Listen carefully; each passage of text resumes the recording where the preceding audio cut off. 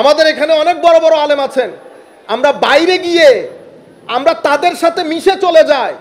আপনারা এত ধাক্কাধাক্কি করেন, আল্লাহর ইজ্জতের কসম কুল কায়নাতের মধ্যে কোন স্টেজের মধ্যে সুন্নিয়তকে কি করি নাই, বদনাম করি নাই। বাঘের বাচ্চার মতো উঠেছি, বাঘের বাচ্চার মতো নেমেছি। আমাদের কি আলেম আছে? ও আমরা কি আলেম? আপনারা আলেম আর বক্তা দুইটাকে এক করবেন না। আমরা বক্তা, আমরা আলেম না। আলেমরা শুয়ে আছেন, আপনারা আলেম বক্তাকে একসাথে করে আলেমদেরকে অপমানিত করেন, আলেমদেরকে এক সাইডে সিট দিয়ে রাখেন। আলেম ওয়াজ করার সময় লাফান্ডা মার্কা বক্তা কতগুলা নারাই তাকবীর দিয়ে স্টেজে উঠান, এগুলা সুন্দর জিনিস না। আমি ছেলেদেরকে বলতেছি, বক্তা আর আলেমের মধ্যে ফারাক করবেন। আমরা অসম্ভব নগণ্য বক্তা, আমরা আলেম নই। যেহেতু আমি আলেম, আমি বা আমরা যেহেতু আলেম নই, সেই হেতু এখানে আমরা কোনো ফতোয়া দেব না এবং প্রত্যেক সাবজেক্টের মধ্যে মাস্টারি করব না। পবিত্র কোরআনের মধ্যে আল্লাহ বলেছেন না, ইন্নামা ইয়াখশাল্লাহা মিন ইবাদিহি আল উলামা। আমি মাদ্রাসার ছেলে যারা আছেন, আল্লাহর ওয়াস্তে এই ফেসবুক টিপাটিপি বন্ধ করবেন। আমার সাথে বেটা যারা আসছেন সবাইকে বলতেছি, বাসায় গিয়ে আজকে ইন্নামা ইয়াখশাল্লাহা মিন ইবাদিল উলামা এটা লিখবেন।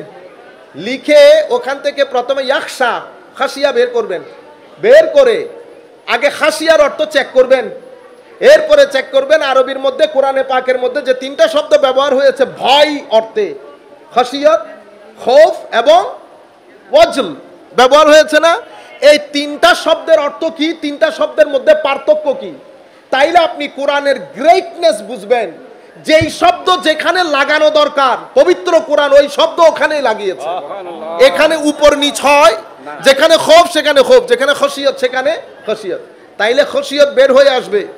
খাসিয়াত বের হয়ে আসার পরে ইন্নামা ইয়াখশাল্লাহ মিন ইবাদিহি আল উলামা। এবার আপনি উলামা নিয়ে গবেষণা করবেন। উলামা কারা?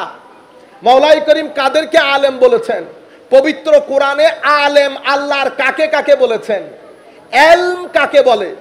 এলমের মধ্যে জাহের কোনটা বাতেন কোনটা, এগুলা করলে 6 মাস আপনি ডিউটি দিতে পারবেন। ফেসবুক আর ইউজ করা লাগবে না। আমি জাস্ট আপনাদেরকে একটা গ্লিমস দেই, এগুলো আপনাদের জন্য বড় জরুরি। এগুলা না করলে যতই জানবেন তত মানুষ কি হয়, ডাউনওয়ার্ড হয়, তত মানুষের বাড়ে, জ্ঞান বাড়ে। আপনি যদি মাথায় রাখবেন এটা 224, এটা 2024, আল্লাহর ওয়াস্তে এটা মাথায় রাখেন। এটা মাথায় না রাখার কারণে আমাদের মাঠ একটার পর একটা বেদখল হয়ে যাচ্ছে। কেন বুঝতেছেন না? এটা 2024, কতগুলা ক্যামেরা লাগানো আছে।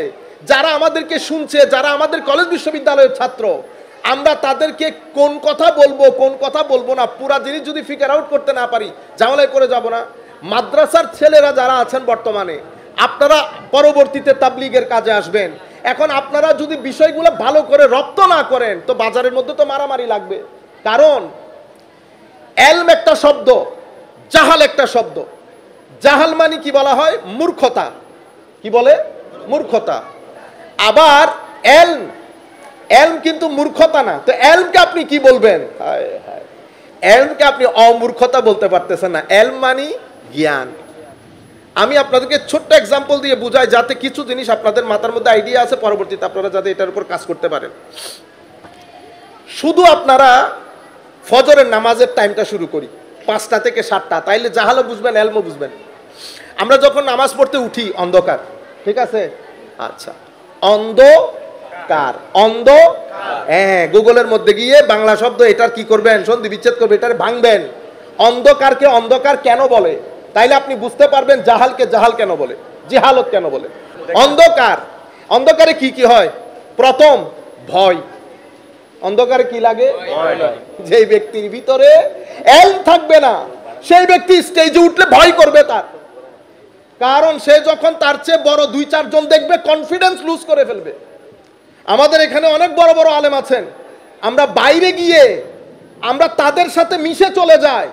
আপনারা এত ধাক্কাধাক্কি করেন, আল্লাহর ইজ্জতের কসম কুল কায়নাতের মধ্যে কোন স্টেজের মধ্যে সুন্নিয়তকে কি করি নাই, বদনাম করি নাই। বাঘের বাচ্চার মতো উঠেছি, বাঘের বাচ্চার মতো নেমেছি। আমাদের কি আলেম আছে? ও আমরা কি আলেম? আপনারা আলেম আর বক্তা দুইটাকে এক করবেন না। আমরা বক্তা, আমরা আলেম না। আলেমরা শুয়ে আছেন, আপনারা আলেম বক্তাকে একসাথে করে আলেমদেরকে অপমানিত করেন, আলেমদেরকে এক সাইডে সিট দিয়ে রাখেন, আলেম ওয়াজ করার সময় লাফান্ডা মার্কা বক্তা কতগুলা নারাই তকবির দিয়ে স্টেজে উঠান, এগুলা সুন্দর জিনিস না। আমি ছেলেদেরকে বলতেছি, বক্তা আর আলেমের মধ্যে ফারাক করবেন। আমরা অসম্ভব নগণ্য বক্তা, আমরা আলেম নই।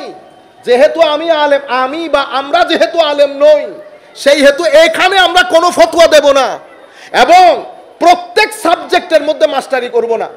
কেন? কারণ প্রত্যেক ব্যক্তির একটা একটা সাবজেক্ট থাকে। এই ভদ্রলোকের সাবজেক্ট ফিকহ, উনার সাবজেক্ট ইলমুল হাদিস, উনার সাবজেক্ট ইলমুত তাফসীর, আরেকজনের ইলমুল আকায়েদ। যিনি ইলমুল আকায়েদ পড়ান, উনি 1 ইঞ্চি হলেও আমার চেয়ে বেশি জানবেন। কেন? ওহ, ডেইলি 10 ঘন্টা ইলমুল আকীদার মধ্যে দিচ্ছে, তো উনি আনখুন মারি এক কান হইলে বেশি না জানিব না। আমি আমরা ইংরেজিতে বলতে পারি, কথা বক্তব্য দিচ্ছি, ইংরেজি বইগুলা বুঝি, ইংরেজি অনেক উপরের বই পড়ি। তো ইংলিশ লিটারেচার যেই ব্যক্তি পড়েছে, আই তো ওলো যায় মাস্টারি করতে যাম না। হ্যাঁ, আই যদি হয় আই ইংরেজি হম জানি না, ও আই ইংরেজি জানি দিই এক ধরনের ইংরেজি, উনি ইংরেজি যেটা জানেন সেটা আরেক ধরনের ইংরেজি। আপনারা বুঝতে পেরেছেন? সেই কারণে যেই ব্যক্তির যেই সাবজেক্ট, আমাদের এখানে হয়ে গেছে জগা খিচুড়ি। আমি সব বিষয়ে নাক গলাইতে চাই। ফতোয়া এক বিষয়, এটা যিনি দিবেন, আল্লাহ রাব্বুল আলামিন এই ফিকহুদ্দিন সবাইকে দান করেন না, এটা আল্লাহর বিশেষ নেয়ামত। আপনারা তো শুধু মনে করেন গাছ ধরলে স্বর্ণ হয়ে গেলে এটা কারামত না, আলেমের ইলম হচ্ছে সবচেয়ে বড় কারামত। ইমাম মুহিউদ্দিন ইবনে আরবি রাদিয়াল্লাহু, আপনারা হাজমি সাহেব হুজুরের উগ্র আরো খদ্দে আয় হায় আর ইংল্যান্ডে আমরা একটা করছিলাম, কি বলে লাইভ করছিলাম। তো আমাদের ওখানে তো অনেক লোকজন আছে, আমাকে জিজ্ঞেস করতেছে চাই অনেক হাজমি সাহেব হুজুর কেন কারামত হন। তো ঠিক আছে, জিবে হর ইবুগ্গ মসজিদুর খতিব, সাধারণ মানুষ হলে আমরা বুঝাইতে পারতাম। এখন আমরা না জানার এরিয়াটা কত জঘন্য হয়ে যাচ্ছে দেখেন। হাশিমি সাহেব হুজুরকে কি কারামত দেখাইতে হবে? ও বেটা, পুরা নামটাই তো কারামত। মানে আলেমের ইলম হচ্ছে সবচেয়ে বড় কারামত, আলেমের ইলম হচ্ছে সবচেয়ে বড় কারামত।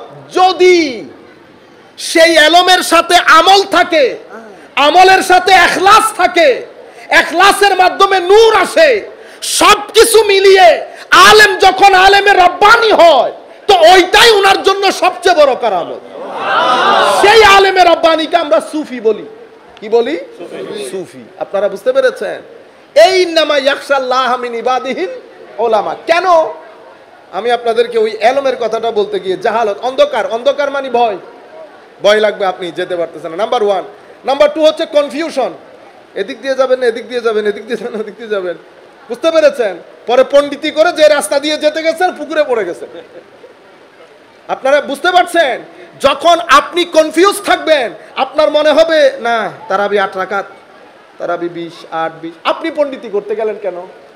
পণ্ডিত যাদেরকে আল্লাহ পাঠিয়েছেন, আপনি সেই পণ্ডিতদের সাথে থাকেন, এখানে আপনার পণ্ডিতির দরকার নাই। কেন? আমাদের জন্য আমরা রুজু করব। যদি হাশমি সাহেব হুজুরের মতো কোনো উলামা বেঁচে থাকেন চট্টগ্রামের জমিনে, আমাদের দায়িত্ব হচ্ছে রুজু ইলাইহিম অথবা ইলাইহি, এটা আমাদের দায়িত্ব, আমরা তাদের দিকে রুজু করব। কেন? হযরতে আব্দুল্লাহ ইবনে মাসউদ রাদিয়াল্লাহু তাআলা আনহুর হাদিস সিহাসিত্তার মধ্যে, ইমাম ইবনু মাজাহ অথবা তিরমিজি শরীফের মধ্যে পড়েছি। হযরতে আব্দুল্লাহ ইবনে মাসউদ বলছেন, না পাইলে কোরআন। এখন না পাইলে কোরআন কার জন্য? আমার জন্য না, আলেমদের জন্য। কোরআনে না পাইলে হাদিস কার জন্য? আলেমদের জন্য। কোরআনেও নাই, হাদিসেও নাই, তো এটা এই কাজাটা কিভাবে করব? কামা ফাআলাস সালিহুন, উম্মতের সুলাহা উলামা যেভাবে ফয়সালা দিয়েছে আমরা ওইটাকে মেনে নেব, কারণ আমাদের কাছে অন্য কোনো গত্যন্তর নাই। সেই কারণে ইলমের আরকান 4টা, রুকনুল ইলম আরবা। কয়টা? আরকানুস সালাত আছে না, রুকন বাদে নামাজ হয় না। তো রুকনুল ইলম 4টা। প্রথম হচ্ছে আল উস্তাজ। প্রথম কি? আল উস্তাজ। এরপরে কি? এরপরে আল কিতাব। এরপরে কি? এরপরে হচ্ছে আল মানহাজুল ইলমি, মানে মেথোডোলজি, কিভাবে পড়াবেন।